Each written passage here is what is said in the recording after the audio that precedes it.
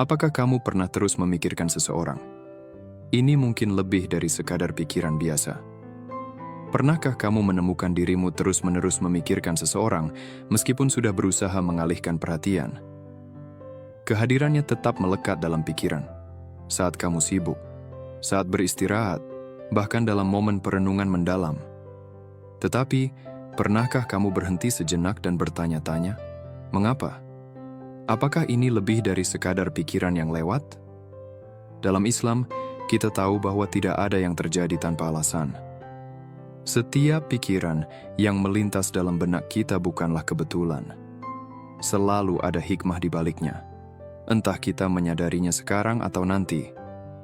Terkadang, ketika seseorang terus muncul dalam pikiran kita, itu adalah tanda dari Allah.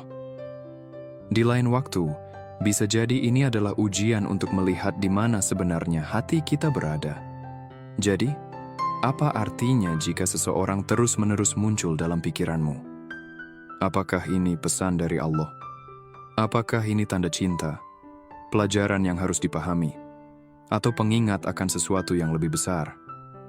Apakah ini jalan yang mengarahkanmu pada sesuatu yang bermanfaat, atau justru gangguan yang menjauhkanmu dari hal yang benar-benar penting? Hari ini, kita akan mengeksplorasi makna spiritual yang lebih dalam dari pengalaman ini melalui Al-Quran dan hadis. Kita akan mengungkap kebenaran tentang mengapa orang tertentu tetap berada dalam pikiran kita. Tetaplah bersamaku hingga akhir, karena diskusi ini mungkin akan mengungkap sesuatu tentang hidupmu yang belum pernah kamu sadari sebelumnya. Hati manusia, pusat emosi dan hubungan spiritual dengan Allah. Hati manusia bukan sekadar organ yang berdetak, ini adalah pusat dari emosi kita, pikiran kita, dan hubungan spiritual kita dengan Allah. Setiap perasaan yang kita alami, setiap pikiran yang terus berulang dalam benak kita, sangat terkait dengan kondisi hati kita. Dalam Al-Quran, Allah mengingatkan kita, sesungguhnya bukanlah mata itu yang buta, tetapi yang buta adalah hati yang berada di dalam dada. Quran Surah Al-Hajj ayat 46. Ayat ini mengajarkan bahwa pemahaman sejati tidak datang dari apa yang kita lihat dengan mata, tetapi dari apa yang kita rasakan dengan hati. Terkadang, ketika kamu terus memikirkan seseorang, itu karena hatimu sedang terikat. Tetapi pertanyaan yang lebih penting adalah, mengapa? Apakah karena kamu mencintai orang ini? Apakah karena rasa peduli? Ataukah ini peringatan dari Allah? Pikiran kita tidak pernah muncul tanpa tujuan, dan memahami mereka memerlukan refleksi yang lebih dalam terhadap hati kita.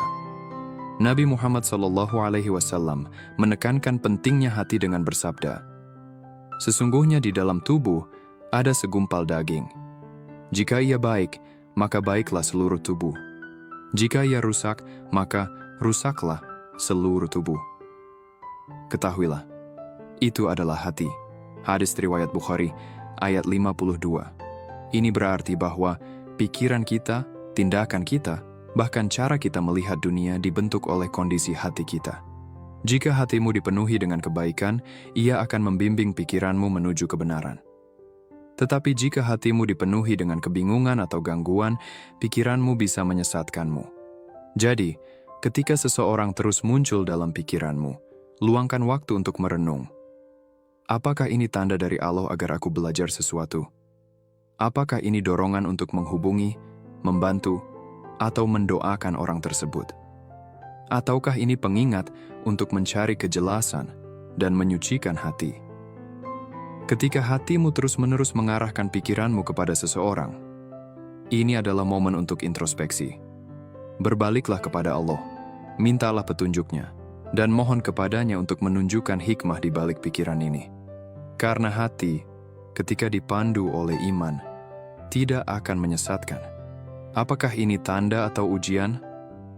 Ketika seseorang terus berada dalam pikiranmu, wajar jika bertanya, mengapa? Apakah ini pesan dari Allah? Apakah ini tanda bahwa orang ini memang ditakdirkan dalam hidupmu, ataukah ini ujian untuk menguji kesabaran dan pengendalian diri? Tidak semua pikiran yang terus muncul adalah tanda dari Allah. Terkadang, ini adalah ujian.